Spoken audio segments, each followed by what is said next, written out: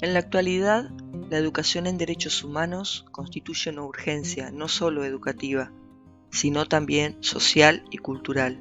que desborda claramente las fronteras institucionales del ámbito tanto público como privado, para situarse en un territorio que interrelaciona el espacio íntimo y las redes vinculares en que los hombres y mujeres nos concebimos a nosotros mismos. Es una urgencia que implica deconstrucción y resignificación de los supuestos que han definido y movido los engranajes de las sociedades occidentales en su concepción moderna del ser persona y su inserción en el mundo. Primero que nada, asumir que nos encontramos en unos territorios de conflictos y redefiniciones necesarias para permitir que desde cada uno de nosotros y hacia el afuera sucedan unas transformaciones reales de la conciencia, el posicionamiento político y la capacidad de ceder espacios al otro. Los docentes y educadores somos piezas claves en el diseño de políticas tendientes a la educación en derechos humanos y por tanto estas políticas deben contemplar también nuestros propios procesos de construcción. No es posible pensar en políticas acertadas si ellas no establecen acciones de corte coyuntural y estructural que impliquen una redefinición de orden dialéctico del rol de los ejecutores de tales políticas, es decir, los docentes.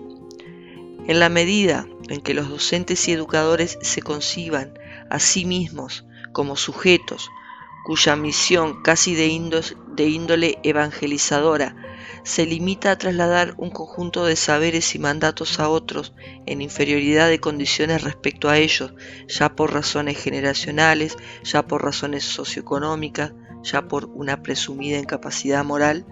no habrá transformaciones reales, es decir, que trasciendan el momento de la intervención educativa y sirvan para el logro de una vida cada vez más digna. Los docentes debemos sentir en la sangre, en la conciencia, con el pensamiento, con el cuerpo, con el espíritu, que formamos parte de un colectivo en que es urgente involucrarnos todos para ser personas y que somos en la medida en que permitimos al otro ser. Los desafíos de la nueva época radican en cómo construir el relato común sin negar las diferencias, cómo construir el sujeto histórico sin negar los cuerpos y los pequeños espacios de la vida cotidiana, cómo realizar la utopía social sin negar ni excluir a nadie de los bienes sociales, cómo encontrar la palabra confiable sin negar las emociones y las curiosidades infinitas. Esto en el contexto de las democracias que hoy sostienen, en algunos casos frágilmente, las sociedades regionales y la nuestra propia. La democracia tiene que ver con el Estado y sus formas de gobernar, pero tiene que ver también con la sociedad civil y sus modos de comprenderse en la vinculación de unos con otros. Los límites entre lo privado y lo público, entre lo legítimo y lo eficiente, entre el beneficio económico de un grupo y el respeto a las libertades y derechos de todos y cada uno, entre el respeto y la invasión, están fuertemente amenazados. Saberse ciudadano y saber ejercer esta ciudadanía es hoy un complejo problema de representación mental y de ubicación social.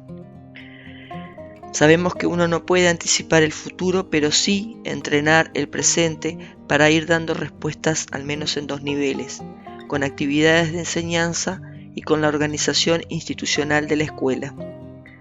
Poner a los alumnos en situaciones de deliberar, de tomar decisiones, de construir el espacio público escolar. Como dice Philippe Mérieux, aprender es hacer algo que uno no sabe hacer hasta poder hacerlo. Y a participar se aprende participando, y el docente puede proveer herramientas para que los chicos puedan hacerlo. Como docentes tenemos la responsabilidad que asumimos de racionalizar nuestras decisiones, de ponerle cabeza. Cada una de nuestras prácticas debe sostenerse en nuestra posición frente a las situaciones que nos implican e implican al otro. Ello demanda la toma de una serie de decisiones que revisten fuera de su carga epistemológica y pedagógica un fuerte carácter ético. Mucho se ha hablado en reuniones y acontecimientos que convocan a los docentes de la urgente necesidad de replantearse la labor educativa desde una perspectiva ética. Sin embargo, a menudo el tema cae en sitios comunes, se da por sobreentendido y se desestima la urgencia de acordar y precisar algunas cuestiones que tienen que ver con lo que significa investirse en el rol de enseñante y educador y proponerse generar aprendizajes en el otro, sujeto de la educación. Cuando planificamos, estamos asistiendo éticamente a una de nuestras responsabilidades sustanciales.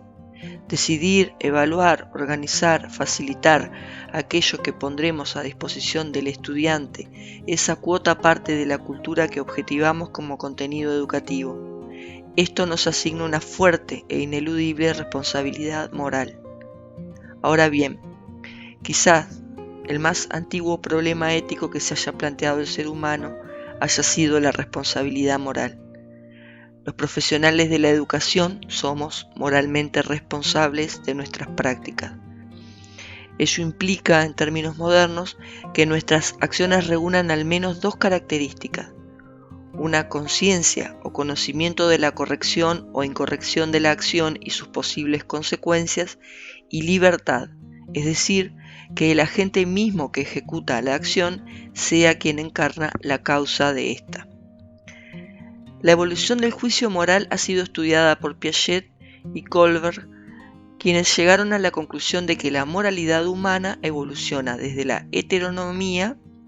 que significa la imposición de una norma desde fuera, desde el adulto, y se realiza por obediencia, como obediencia por temor al castigo, etc., hacia la autonomía, que es una moral que surge de la convicción interna de la conducta reflexiva y crítica. Esta incapacidad del niño para realizar elecciones que Aristóteles explicaba por el ejercicio incipiente de su racionalidad, o lo que Piaget llamó realismo moral del chico menor de 10 años, es uno de los aspectos de su actitud egocéntrica y también da como resultado el realismo cognitivo, aunque ciertamente no es una condición privativa del niño. A diario encontramos adultos sin independencia de criterio, que juzgan según prejuicios y estereotipos, es decir, que no han arribado aún al estadio de la autonomía moral. Ahora bien, al situarnos como educadores, lo deseable sería que hubiésemos alcanzado la autonomía moral suficiente para tomar decisiones que no estén sujetas al temor, al castigo o coaccionadas por los mandatos administrativos del sistema.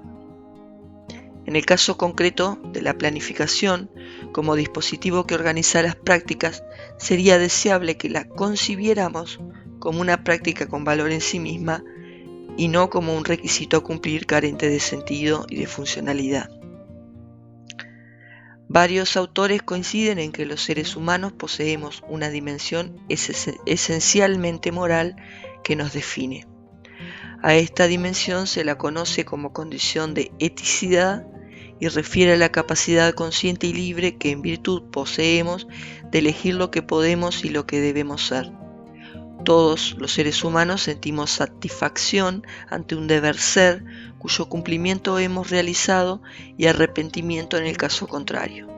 Es un hecho innegable que las convenciones sociales, las pautas culturales, los gustos de una sociedad determinan que las personas adopten unos u otros patrones de conducta. La sociedad aprueba unas conductas como buenas y reprueba otras como malas. El fundamento último de la moral no aparece con claridad en la vasta bibliografía que existe sobre el tema. Para unos autores, la moral se fundamenta en la existencia de valores o normas objetivas que existen fuera del individuo. Para otros autores, la moral es algo puramente formal, un razonamiento en virtud del cual unas conductas se consideran por razones prácticas como moralmente buenas porque podrían erigirse en normas de conducta universales, aunque tales normas no hayan sido formuladas. La educación, el proceso educativo de maduración de la persona, es una acción eminentemente axiológica. Ahora bien, el proceso educativo no es un proceso individual únicamente. Si bien es cierto que la educación tiene por finalidad el desarrollo y la mejora del ser humano con la finalidad de conducirlo en su proceso de maduración, no podemos olvidar que este es un proceso que tiene lugar en compañía. La educación es un camino que andamos en compañía de otras personas que avanzan y que maduran a nuestro lado. Y en esta concepción de itinerario compartido debemos destacar la relación que se establece en un sentido amplio entre el educando y el educador. La relación entre educación y valor nos conduce necesariamente a percibir la complementariedad creativa y necesaria entre una y otra, ya que para llevar a cabo la finalidad de personalizar al ser humano, de conducirlo a la maduración, es inevitable un proceso de valoración. Aprende quien madura, y la maduración es un proceso que se configura a través del ejercicio de acciones de valoración. La ejecución de estas acciones valorativas necesita de referentes, de horizontes de decisión que son los que de forma genérica llamamos valores. Si entendemos la educación como proceso madurativo, como praxis, debemos concluir que educación y valores están relacionados en tanto que cualquier acto educativo es un acto de valoración, una praxis ética. Ahora bien, nuestras prácticas educativas se insertan en unas estructuras institucionales que le dan sentido y que sostienen o deberían sostener lo que sucede o no sucede en el encuentro entre sujetos. Así, nuestra praxis ética deberá ser coherente con el sistema de valores que las instituciones encarnan como válidos y necesarios en términos educativos y formativos. La construcción ética es, fundamentalmente, la percepción de una realidad mediante mecanismos de conocimientos subjetivos o vivenciales en un marco o espacio de relaciones en que la axiología, entendida como humanismo, tiene el papel más relevante. La vinculación entre el individuo y la sociedad, en este caso la escuela como organización, es ontológica. Nos construimos socialmente mediante la interacción de nuestras corporeidades. La enseñanza, sobre todo desde las ciencias sociales, debe ser básicamente la enseñanza de maneras de interrogar el mundo en vistas a facilitar la aprehensión del universo simbólico que ha dado y da sentido a la experiencia humana. Los maestros tenemos la responsabilidad académica y ética de ayudar y orientar a los niños y niñas y adolescentes en la construcción de significados a sus propias experiencias como seres humanos y a las experiencias de otros que configuraron por su alcance el contexto social, tanto a nivel local como regional y global, y las identidades que nos sostienen como la comunidad de pobladores de nuestro planeta. No basta con poner en contacto a las nuevas generaciones con los datos que arroja la historiografía ni el conjunto de disciplinas que engloban las ciencias sociales. Nos importa que formen una imagen de sí en relación con el otro, que incorporen los conocimientos que sean necesarios en términos conceptuales, procedimentales y actitudinales que finalmente sirvan para dar sentido a sus existencias. En este caso es fundamental que los educadores generemos instancias significativas de aprendizajes en vistas al desarrollo de capacidades para elaborar discursos situados y de construir el mundo dado, en virtud de la construcción de un mundo temporal, espacial y axiológicamente válido en el marco de las realidades actuales. Enseñar a interrogar el mundo implica fundamentalmente un posicionamiento docente que logre despegarse de las verdades absolutas, que pueda relativizar, que pueda pensar en términos de multicausalidad y desarrolle una conciencia autónoma a la hora de diseñar las situaciones didácticas que propondrá a sus estudiantes. Una maestra o maestro que enseña a interrogar el mundo lo interroga también, lo somete a cuestión, se sitúa frente a los acontecimientos pasados y presentes y los cuestiona, tratando de encontrar explicaciones desde la narrativa que otros han hecho antes, pero con el añadido de su propia narrativa, de manera tal que unos episodios estancos, leídos como anécdotas en un libro de texto o como hazañas heroicas de unos personajes convenientemente idolatrados, se conviertan en sucesos vivos que dan cuenta del pasaje de hombres y mujeres por el mundo. Hombres y mujeres como nosotros, como los maestros y maestras, como los niños y niñas, sus padres, sus abuelos, sus vecinos. Ya Paulo Freire habría postulado la necesidad de instaurar una pedagogía de la pregunta. A menudo, los estudiantes de enseñanza media y superior evidencian obstáculos cognitivos reales a la hora de elaborar discurso, de tomar posición frente a los acontecimientos de sus cotidianeidades, de dudar de la información que les proveen los medios a los que se accede con tanta facilidad, de desarrollar pensamiento diferido, de construir una red de coordenadas temporales y espaciales que ubiquen su propia experiencia y la vinculen con la historia familiar, comunitaria y global. Estas dificultades encuentran su explicación en diversas causas y fundamentalmente en las omisiones en las que a menudo los maestros incurrimos. En la premura por el cumplimiento del tratamiento de los contenidos programáticos o las exigencias administrativas de los sistemas de enseñanza, sin entrar a analizar otras condicionantes de índole política o intenciones funcionales al sistema económico imperante, descuidamos lo que verdaderamente importa: que los niños y niñas de este tiempo aprendan a vivir y dar significado a su tiempo para que logren apropiarse responsablemente de él en vistas a intervenir para convertirlo en un tiempo de oportunidades y realizaciones. A medida que crecemos y vamos sosteniendo experiencias educativas, tanto en el ámbito de la enseñanza formal como en los contextos de interacción de los que participamos, vamos ampliando nuestras posibilidades de empoderarnos del universo simbólico-cultural que da sentido a nuestras experiencias y que nos habilita a comprender y explicar las experiencias que nos anteceden y en las cuales no somos protagonistas. Experiencias que, sin embargo, sirven como marco para pensar y asumir nuestras propias narrativas personales. Tiempo, espacio y sujeto social son macroconceptos cuya apropiación es fundamental a lo largo de nuestra vida para constituirnos personas, de la misma manera que es fundamental la apropiación de diversos códigos que nos habiliten a la comunicación. Una persona que no logra a lo largo de su etapa infantil y de su escolarización apropiarse de las notas conceptuales que constituyen estas herramientas cognitivas básicas, se convertirá en un adulto que no racionaliza su propia historia personal ni las circunstancias que hacen de ella una historia diferente a otras con las que deberá interactuar necesariamente por ser un ser de relación. Es así que a menudo nos encontramos con adultos que, aún habiendo vivido en el mundo, aún habiendo subsistido hasta su momento y realidad actual, no logran comprender las circunstancias que determinaron su biografía y no logran desprender su pensamiento del aquí y ahora, del que se sienten prisioneros o víctimas, con el propósito de modificar sus condiciones presentes y proyectar otros futuros posibles.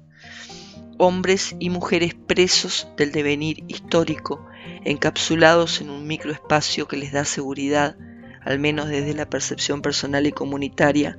que no encuentran relación entre sus propias realidades y sus maneras de vivirlas, con su pasado y el pasado de los grupos humanos que contienen sus historias y con las consecuencias posibles que sus actos presentes pudieran tener en términos de realidades posteriores a su propio momento actual, para sí y para otros. Así presenciamos actos basados y guiados por la intuición y las necesidades instintivas que parecen desconocer que cada acción de cada uno de los seres humanos que habitamos este planeta configura una serie de sucesos temporoespaciales que configuran por su parte lo que sucede en nuestro entorno inmediato y en otras realidades posteriores. Es por esto que los educadores tenemos la obligación académica y axiológica de hacer posible, de brindar las condiciones y de acercar los medios para que todos los niños y niñas logren madurar en la comprensión del tiempo y del espacio y construir las herramientas conceptuales y procedimentales necesarias para llegar a ser jóvenes y adultos situados en su tiempo y dueños de su presente con plena conciencia de ello.